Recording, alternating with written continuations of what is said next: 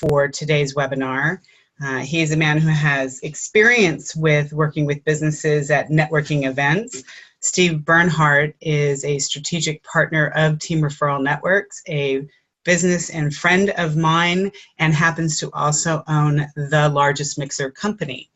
And The Largest Mixer Company puts on some phenomenal events. You'll hear a little bit more about it later. But they do their 4 signature events, and Team Referral Network does an event inside of their events called the Networking Lounge and the Team Village.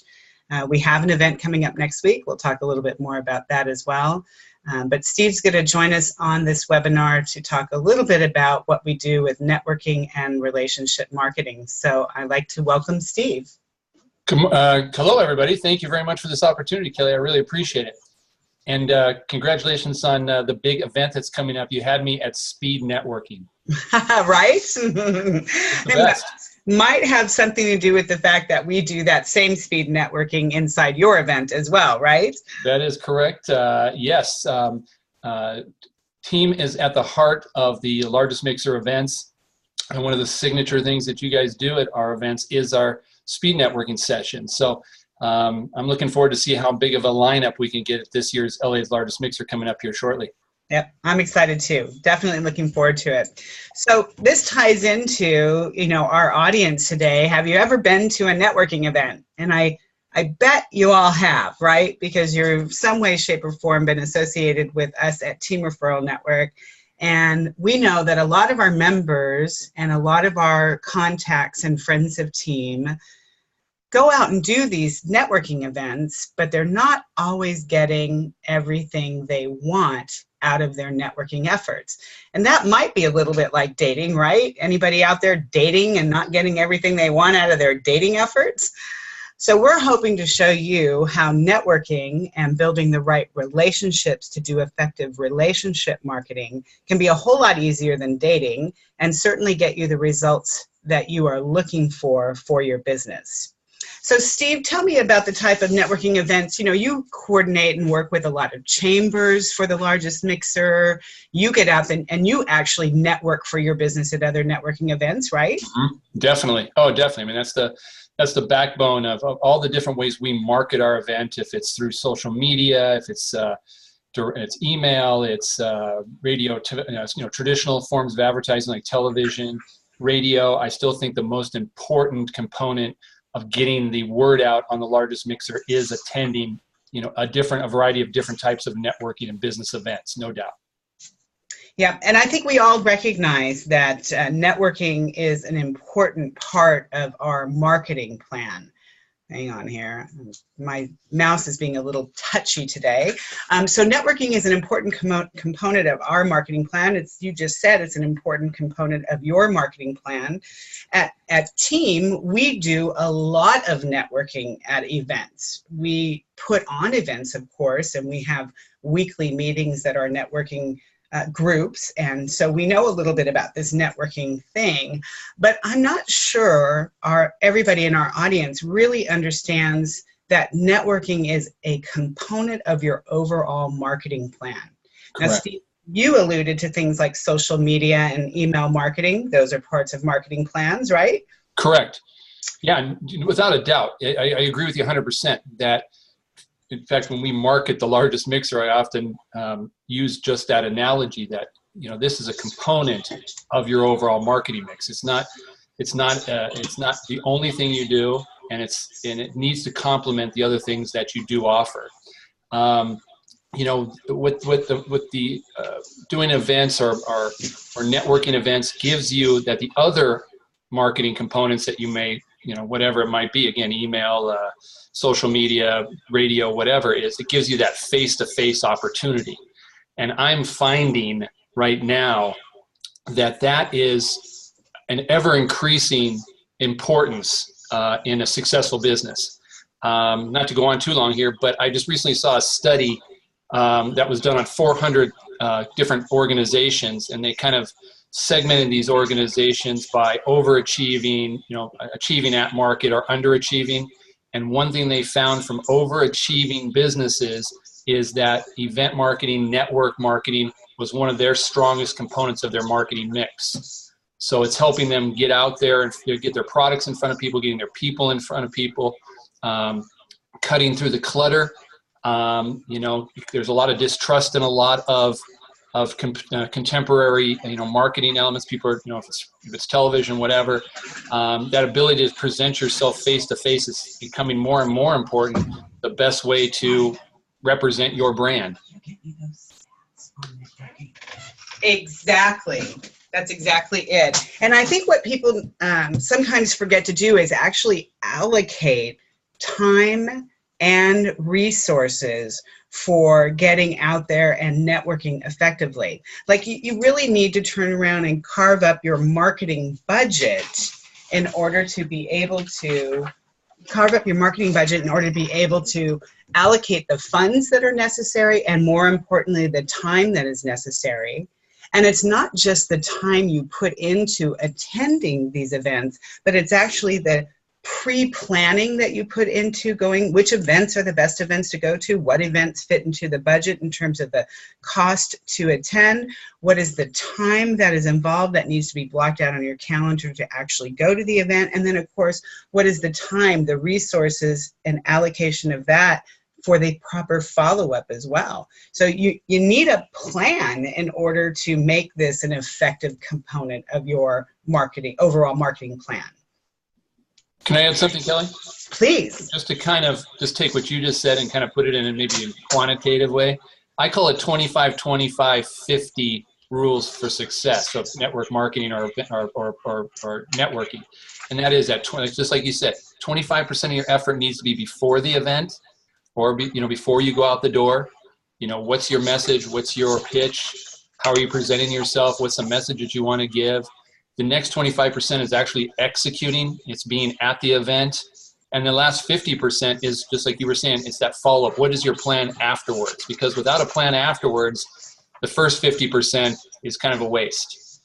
And so again, I think of it as, it's 25-25-50% when you're allocating your effort to these to your networking efforts. That's exactly it. And it's a great way to break that down. I love that 25-25. And then showing that the real work comes after the event, because that's really where we will start making the transition in this webinar, is transitioning from the contacts or the leads that you get from attending an event, and how you start moving those leads and contacts into building relationships, which will then start yielding the results of bringing referrals to your business. So no doubt, right? We go to an event like the Largest Mixer, we go to a great chamber function, we attend a success series with Team Referral Network, we go to a professional conference that relates to our business. We can get great leads all day long. If you do the proper introduction of yourself, you really key in and listen to what the person you're meeting and interacting with has to say, where you have thoughtful input in a conversation and you ask permission to be able to follow up and continue the conversation. If you do all the things that you need to do at a great networking event, you will get leads from an event, right? I mean, tell me some of the results that your people have gotten in terms of leads at your events. Oh, at Largest Mixer events? Yes. I get success stories all the time. I mean, keep in mind, we have people that have done every event within a market, for example.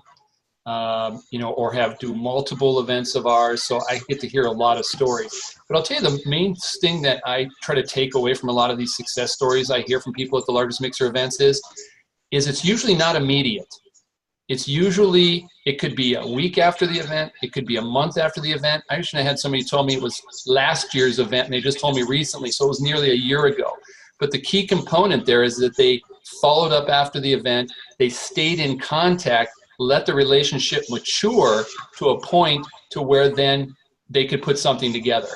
And I think I take that away from so many of these things, that it's not usually immediate. You have occasionally, hey, we had somebody that booked a $130,000 piece of business at one of our events in Vegas last year. That's fantastic. But most of the stories that I hear are, again, from people that stayed in contact, developed a relationship, and then it paid off 3 months later, 6 months later, 12 months later. But if you don't stay on top of it, then it's going to be a wasted opportunity. That's exactly it. And with our next slide here on the webinar, we're looking at creating connections that will grow our business. See, I think a lot of people attend a networking event, and we talked about this on last month's webinar, and they go in selling. And really, when you're out networking, networking isn't selling.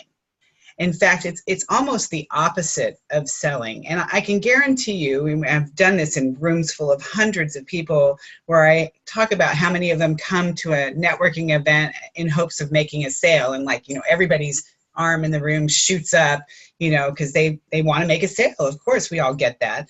And then I'll say, okay, how many of you came here today to buy? And of course, everybody's hands are down, and that's always the disconnect, right? That's always the disconnect. And then I think that leads to that age-old saying that I hear from people, oh, I've tried networking and it doesn't work for me, okay?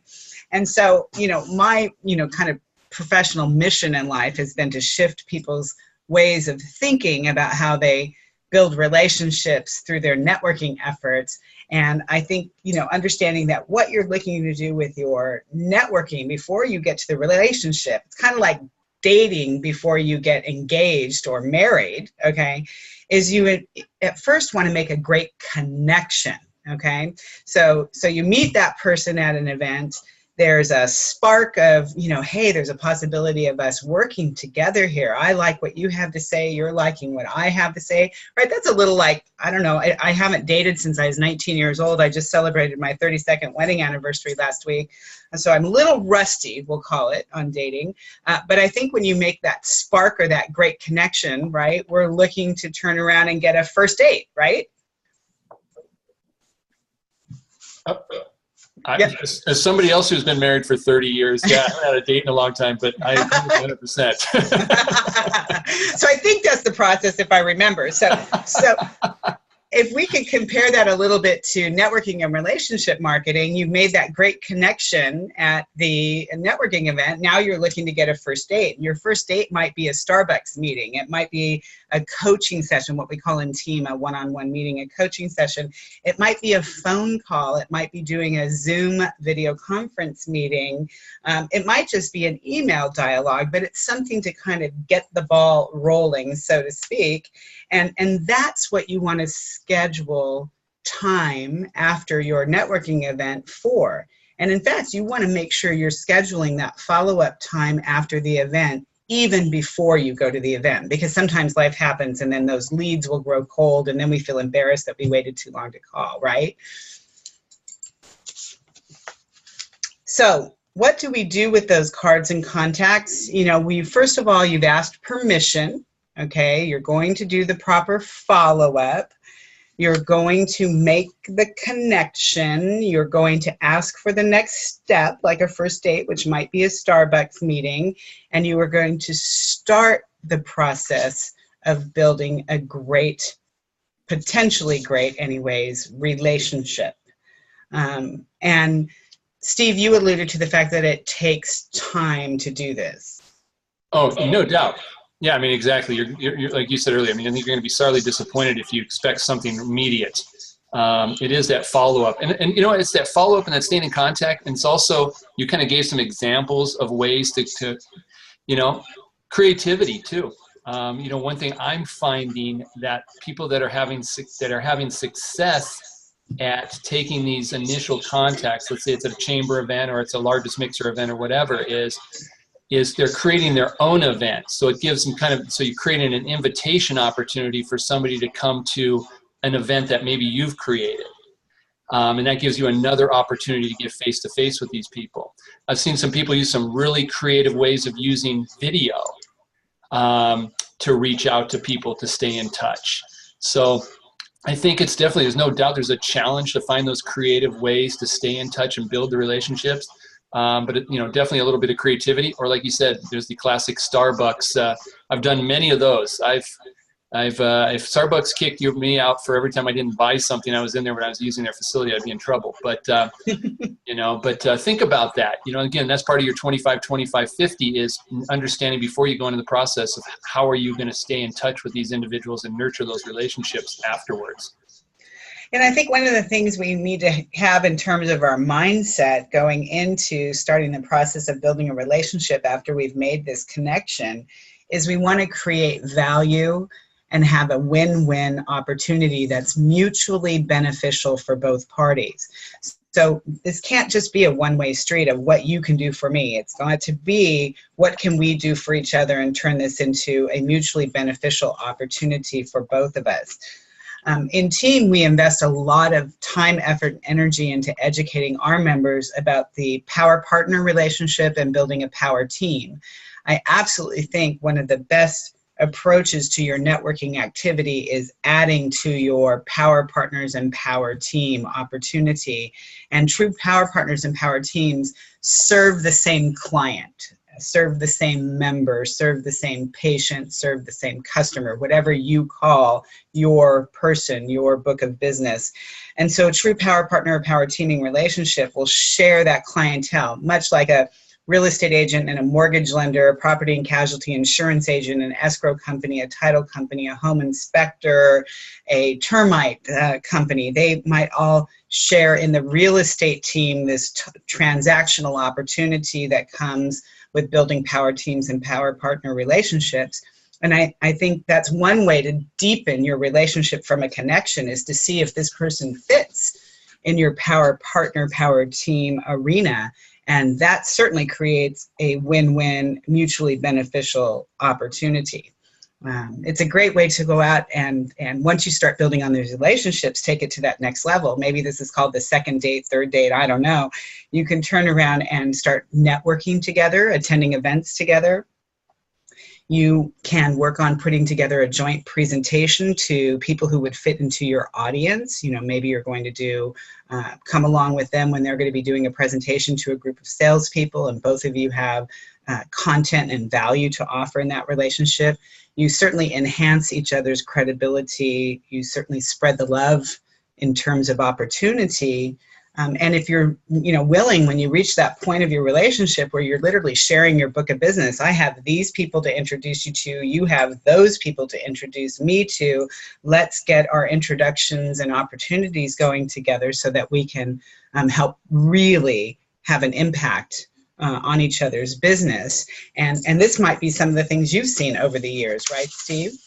No, I think you're right on the money. It's exactly right. I mean, I think that's the key. Like you said, the second date or the third date or second base or whatever the analogy is. Maybe we should just keep it to first base here on the G-rated webinar, or at least PG-rated webinar. But you're exactly right. Is find that connection on how you can work together. I mean, I think that's, you make this contact with somebody and your gut tells you that there's an opportunity here. But then there's that dance about how are we going to make it work, and it's kind of that uncomfortable dance, And I think the thing that you brought up was exactly right. Is find that commonality that is, like you said, the power partner opportunity that's there, and then I think it breaks the ice, and then I think it makes the furthering the conversation much easier. The awkwardness disappears because all of a sudden, like you said, win-win. All of a sudden, people see the connection between you and them. And they see the benefit to themselves. They see how they can make a contribution to the relationship. And I think that's how you really escalate it and turn it into something that, that works for everybody. Yep, I love it. I think it's a really great basis to form some really meaningful relationships. I've certainly seen, I've been doing this long enough now. So literally going on, 30 years. I'm getting old, probably more than 30 years if I really counted it up. I have seen relationships literally built from this type of marketing and networking. I've actually seen marriages and relationships and everything else that has come along with it as well. But I do think it's the core of how we are successful with getting the right relationships to grow our business through referrals. So that's going to take me to my next slide, if it will go with me. There we go. And can I add one thing real quick, Kelly? Sure. Mm-hmm. There's going to be, I guess for a lack of a term, failures along the way. Mm-hmm. And you can't let those dissuade you. You know what I mean? Mm-hmm. Something might look promising at first and it just doesn't materialize. And again, it takes two to tango, or maybe there wasn't as much of a natural fit as you originally had thought. But you can't let that turn you off on the process. It really is. It's an ongoing process where, accumulation of over time is when you're going to develop these relationships that are going to produce results. But you may stumble along, for a while, because, it's just not everybody's going to connect. It's maybe like that old saying where you have to kiss a lot of frogs before you find your prince, right? Yeah. Or princess, okay? Yeah. Your prince or princess. But I think that comes back to the point of where you tell people, say, well, it doesn't work. Right. Well, it's because they went into it, and maybe they went into it with the best of intentions, and then they went to an event or two events and, made a couple of connections, and those things never really developed into anything. And so it doesn't work. You're going to, just like any other relationships in life, dating, like we're saying, using the analogy of dating, how many people did you date before you got married? That's the same thing in networking, is that you may have to date a bunch of people before you finally make a connection. But if you quit dating, you'll never get married. There you go. I like it. So this is one of my most favorite statistics of all time. And I think it was 2015 when the New York Times did a large-scale survey of small business owners and independent contractors. It's the people who were responsible for generating their own success. They reached out to them and said, okay, where do you get your business from, your new business? And the survey itself was very encompassing. It was thousands and thousands and thousands of businesses that were surveyed for this. And they came to the conclusion of the statistics that 65% of all new business comes from referrals. Mind blown. I mean, I knew this because I do this for a living. I make connections with people. I see relationships build. I see businesses grown. I see incredible things happen. I knew this in my little world, but to have this applied on such a large scale, I thought was amazing. So I've actually put this statistic to the test over and over and over again. And so oftentimes I'm sitting at a team meeting, or in an environment where I'm speaking, okay, to small business owners, and I'll ask them to share what percentage of your business comes from referrals, and they'll all start tossing out numbers, okay, and for some people it's 100% of their business comes from referrals. Other people it's 30%, 50%, 75%. And I love getting this, and I can totally see how the New York Times survey, ended up accumulating all of this information and arriving at the 65%. But what I love to do is, if there is a Fortune 500, a Fortune 250, a Fortune 100 company in the world, say like Farmers Insurance or Wells Fargo Bank, or take any of the biggies out there, okay? We have them as members in our chapter. They're reps of the bigger companies. And I'll ask the Farmers agent or the State Farm agent, okay, your company is a Fortune 100 company. You must have a really big marketing and advertising budget for the company, right? I mean, it's just got to be huge. Millions and millions and millions of dollars they throw into advertising and marketing. And, the rep will agree with me. Yes, we have, very robust marketing and advertising programs and budgets and things that we participate in. And I would say, great, that's awesome to have that kind of backup. Okay, now tell me, what percentage of your business comes from referrals, even though you have this huge marketing and advertising budget? And they will always be right up there high. 65, 70, 75, 85% of their business still comes from referrals when they work with a company that has that kind of budget for marketing and advertising. If that doesn't tell people that you need to have a system, a process, and it needs to be well-intentioned, thought out, planned, and executed to build referrals to grow your business, I don't know what does. And that is the difference between relationship marketing and networking. Networking gets you the contacts. Relationship marketing gets you the right relationships to get the right referrals. And to me, that's just huge. So I just love this statistic. I have some other statistics that I'd love to share with you. And anybody who's heard me speak knows that I think this is PG rated, right? I can say statistics are sexy. So I have some other sexy stats to share with you today. Let's see. Tom Hopkins. And his agreement with the New York Times is very interesting here. Tom Hopkins, longtime old school speaker, has been around 100 years. Well, not quite, but certainly has worked with entrepreneurs, small business owners over the years. 65% of all new business comes from referrals and comes from referrals. And then he goes on to add the statistic of referrals close at a 60 to 70% ratio, which means when you are getting all those referrals that you initially can trace back potentially to your networking efforts and connection efforts and building the relationships, and then getting those referrals, that when you get those referrals, you close them at a rate of 60 to 70%. That's pretty darn good. Would you agree, Steve? Oh, definitely. I mean, I guess it just comes back to that, the old saying, we buy from people we know and like, you know what I mean? So, Yep. It's by making that connection, you kind of overcame that hurdle of being known and liked. So, yep. And people need to know you, like you, and trust you before they're going to refer you to the important people in their lives: family, friends, business associates, clients, contacts. So it's important to build that relationship. Let's see. Referrals close more than twice as often as marketing generated leads and cost nothing.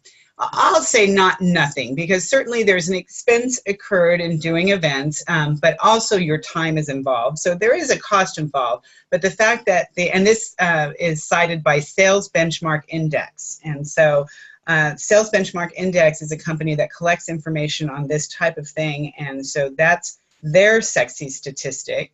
Let's see. This is one for our financial advisors. I like this. 71% of new clients for financial advisors are from referrals. And this is a company called ClientWise that tracks information on where referrals come from.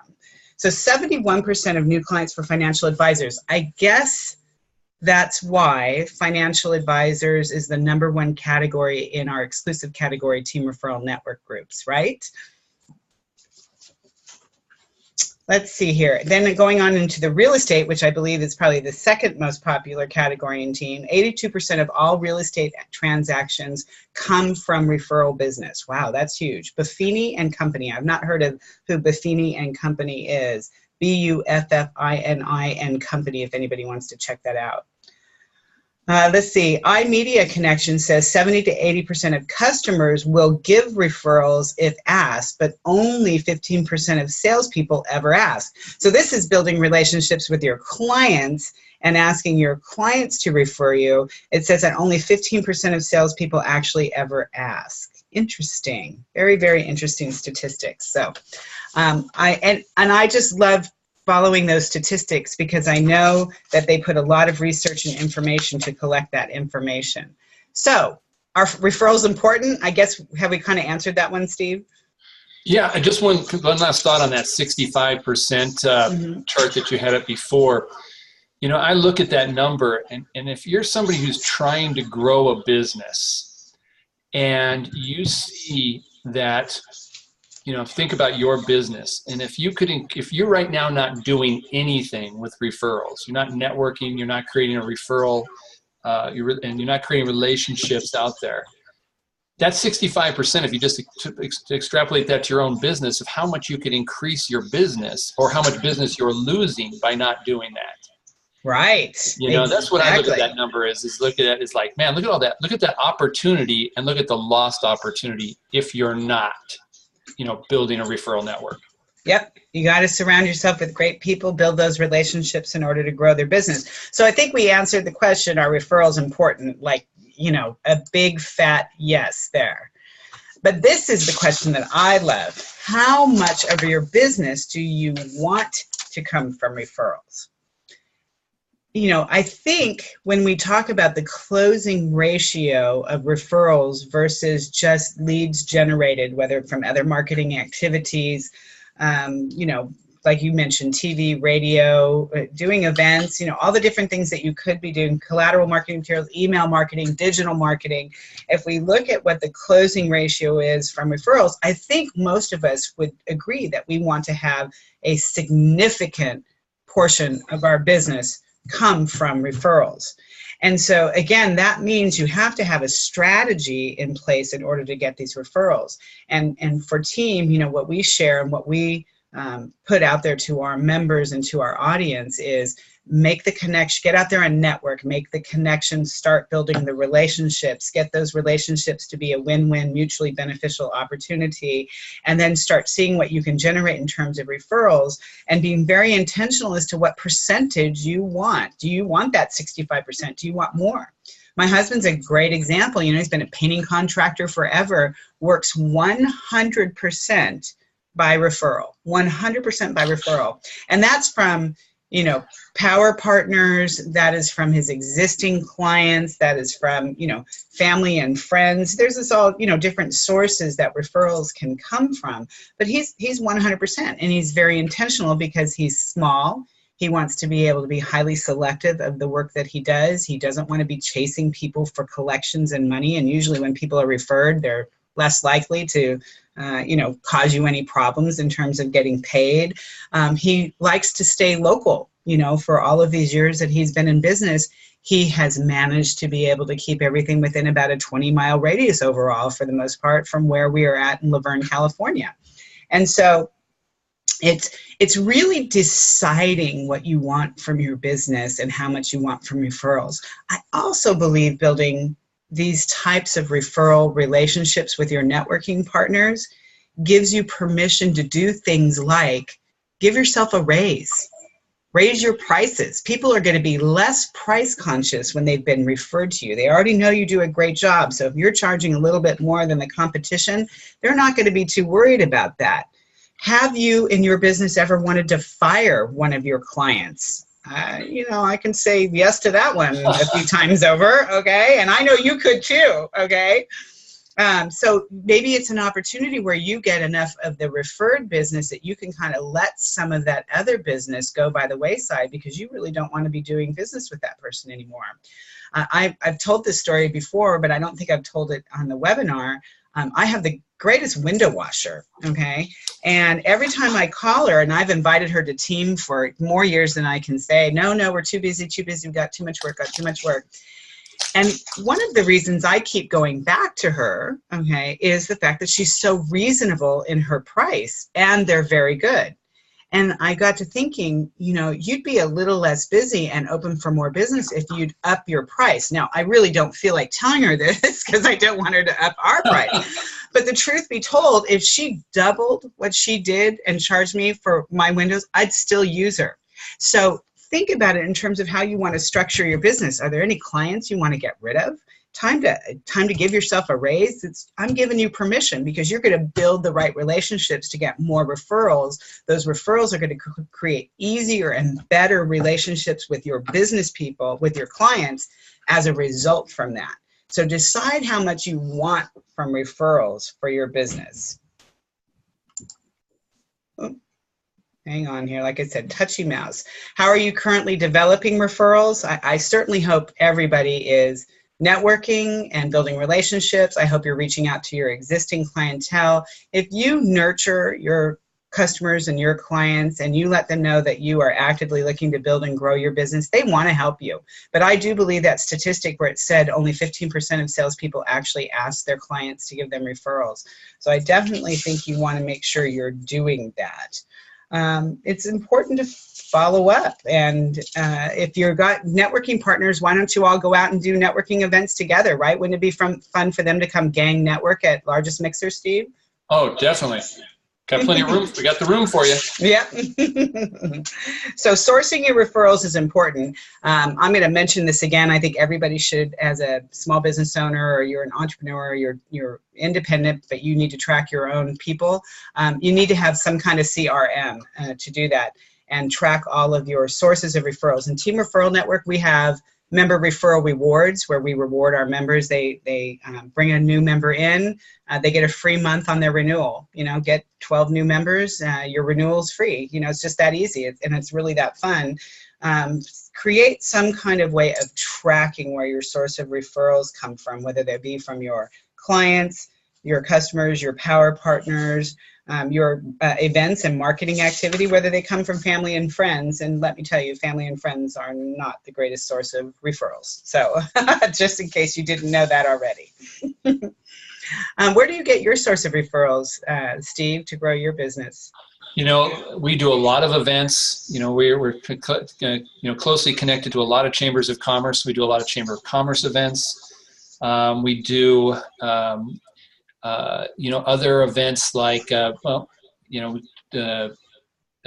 Network After Work, for example. We just look at them as a competitor, but now I kind of look at them as we kind of have done some work together, and we attend some of their events. Competitors can be companions. It's true. One of my workshops. Yep. Mm-hmm. Yeah. Well, granted, we're one night a year, and we're there, multiple, ongoing. But just anywhere that I think our small business audience is at, and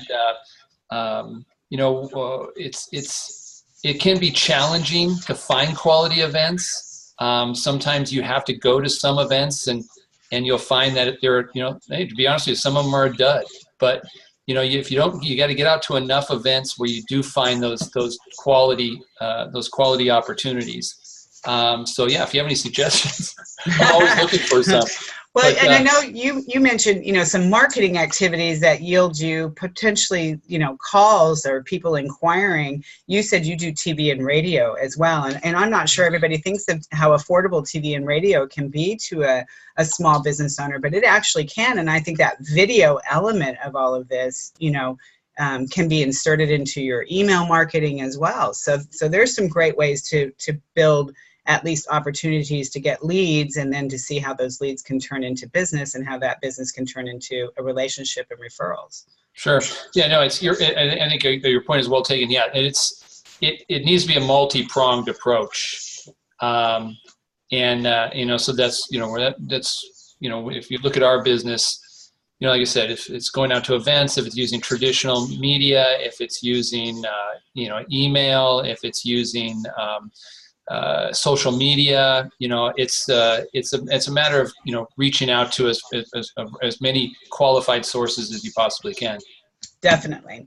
And I do think these three areas that we have outlined on this slide here, your reputation, your credibility, and your quality, are all important elements of being referable. Okay. We have, in terms of reputation, we have our online reputation. We certainly have our relationships reputation in the community. You should be researching your reputation, certainly of what's out there online about you and your company. But I do think you need to have credibility, and when you're building a relationship with people in your community, so that your reputation is strong. I certainly hope, people would say, Kelly's a woman of her word. She does what she says she's going to do. She's devoted to helping people build and grow their business. I don't know, whatever you want your reputation to say about you, make sure you walk the talk, right? And if you walk the talk, you get credibility. And if you're supplying quality service, that Nordstrom experience, that Disney-like quality of customer service or work or whatever it is that you deliver, that all makes you very referable. People feel comfortable referring you business. So I know we're getting a little towards the end here of we got 3 minutes left. I would love for you to share, Steve, just a minute or two about the Largest Mixer. You do 4 major events a year. Share that information with us and tell us about your upcoming event. Well, terrific. Yes. The Largest Mixer, coming up shortly, will be LA's Largest Mixer, which is the 20th annual. So the Largest Mixer events have been around for a while. We do 4 events a year. We always kick the year off in Orange County in March. Then comes Vegas in July, though we may be changing the date for Vegas in 2019. But we do have that coming up here in just a few short days here at the Pasadena Convention Center. Then we would come to Las Vegas. So if anybody listening from Las Vegas is in September. And then we round out the year with Inland Empire, being on Kelly's home turf in November. And that's at the Pasadena, at the Riverside Convention Center. And it's a large-scale business networking event. It's about bringing, we're not industry specific, so we bring people together from a variety of industries, a variety of company sizes, people from standalone entrepreneurs to people from multinationals. And it's, like I said, it's all about bringing people together to make those new connections that help grow businesses. And we do some things at the event. We partner with Team. Team has the lounge there where we bring everybody together for networking opportunities. They do the speed networking. We also have created some other kind of pre-scheduled networking opportunities within the event based on your industry category. We do have some other lounges at the event where we bring people together to make introductions. So it is a great opportunity in one night in a large-scale setting to really honestly to meet a lot of people. We have about 135 to 150 different exhibiting businesses, so you can help kind of target maybe if there's specific industries that you want to network with those individuals in those industries. You can meet with those exhibitors at the event. So it's we bring out some restaurants, so there's always free food is always good. Yep, free food, and then there's a bar where you can enjoy a cocktail or two. Yeah, bar, so it's a great night, and it's a great opportunity to if you are used to going out to networking events and maybe you're kind of getting a little bit maybe fatigued on some of maybe the types of bar type of events where it's kind of elbow to elbow kind of a thing, and you want to stretch yourself out a little bit. This is because we have a larger scale event here. You got a little bit of room to move around, and if you haven't been out to a networking event, this is a good place to introduce yourself to it. And so we hope to see you all out at a future Largest Mixer event, and you always know that Kelly's there as well to say hi to and provide advice. So if for no other reason, come out and say hi to Kelly. That's great, Steve. Thank you. And I know that we'll be having a great time in the Team Referral Networking Lounge at the Pasadena Convention Center next week. They can find more information at your website, which I believe is largestmixer.com, correct? Yeah, go largestmixer.com or lamixer.com or lvmixer.com, or just put in somethingmixer.com and we pretty much come up. Perfect. That is great. All right. I think we are right at 12:15. It is the close of our Brown Bag Lunch webinar. I hope you have all enjoyed it. Our next Brown Bag Lunch webinar will be on Wednesday, August 16th, 11:30 a.m. to 12:15 p.m. 15th, excuse me. It's the Wednesday, the third Wednesday of each month, August 15th.